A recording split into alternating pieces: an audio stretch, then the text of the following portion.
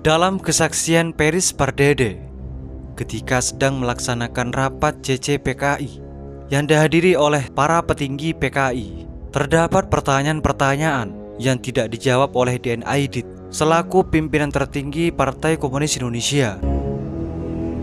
Pada saat itu, DN Aidit mengatakan bahwa semua persoalan tidak harus dijawab demi keamanan partai, dan tak semua orang bisa kuat menghadapi siksaan. Jawaban dari DN Aidit itu diselingi dengan intimidasi halus yang menuntut kesetiaan dari seluruh anggota partai, dengan alasan bahwa setiap anggota wajib mengutamakan kepentingan partai di atas segala-galanya. Padahal itu hanya siasat Aidit, di mana sebenarnya Aidit tak memiliki informasi detail maupun rencana gerakan yang konkret.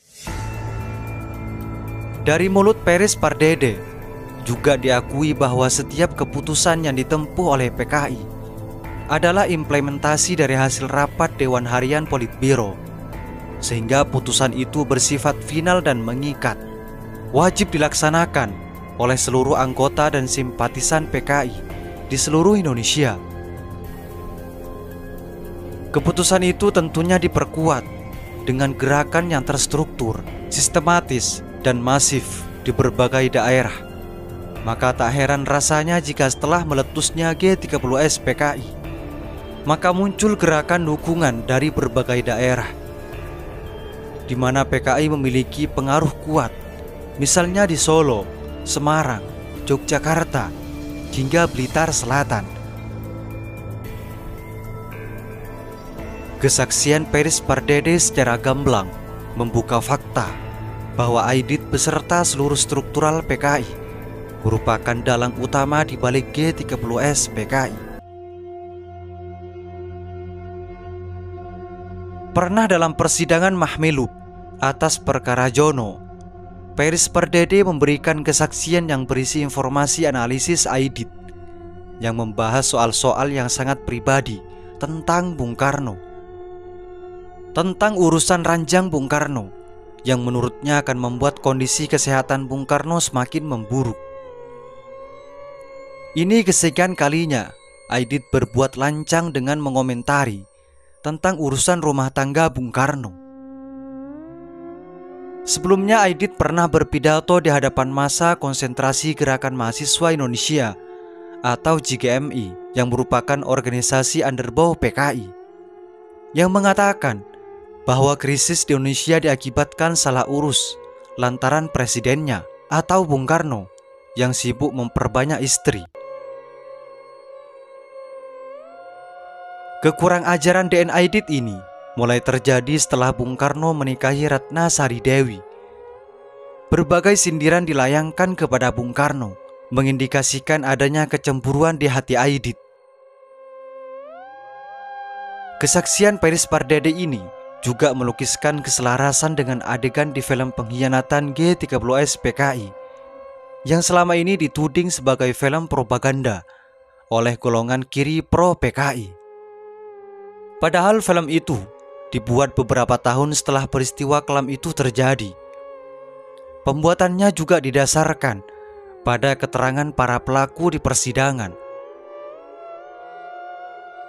Berdasarkan kesaksian dari Peris Pardede, maka tak ada celah lagi para tokoh PKI untuk menyangkal keterlibatannya dalam aksi kudeta G30S PKI. Atas keterangannya, Peris Pardede dianggap sebagai pengkhianat oleh para anggota PKI lainnya karena mengungkap sebagian besar aktivitas serta prosedur kerja PKI secara mendetail, sehingga dari kesaksian tersebut terungkap siapa saja yang terlibat dalam kudeta berdarah G30S PKI.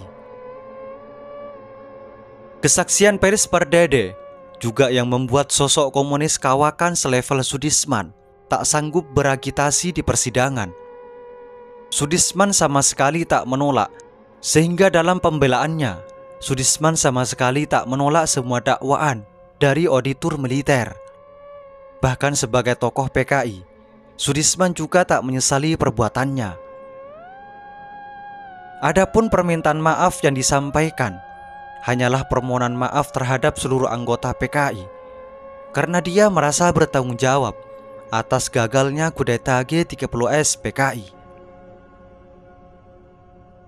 Atas segala kontribusinya dalam aksi kudeta G30S PKI, Peris Pardede diberikan voucher perjalanan gratis menuju tempat eksekusi mati dengan nomor registrasi putusan Mahkamah No PTS 07-MB-PPAA-1966 tanggal 23 Juni 1966.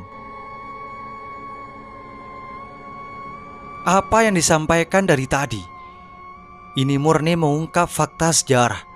Jika menurut kalian ada kemiripan dengan situasi belakangan ini, maka bisa jadi dugaan kalian benar. Semoga bermanfaat. Assalamualaikum warahmatullahi wabarakatuh.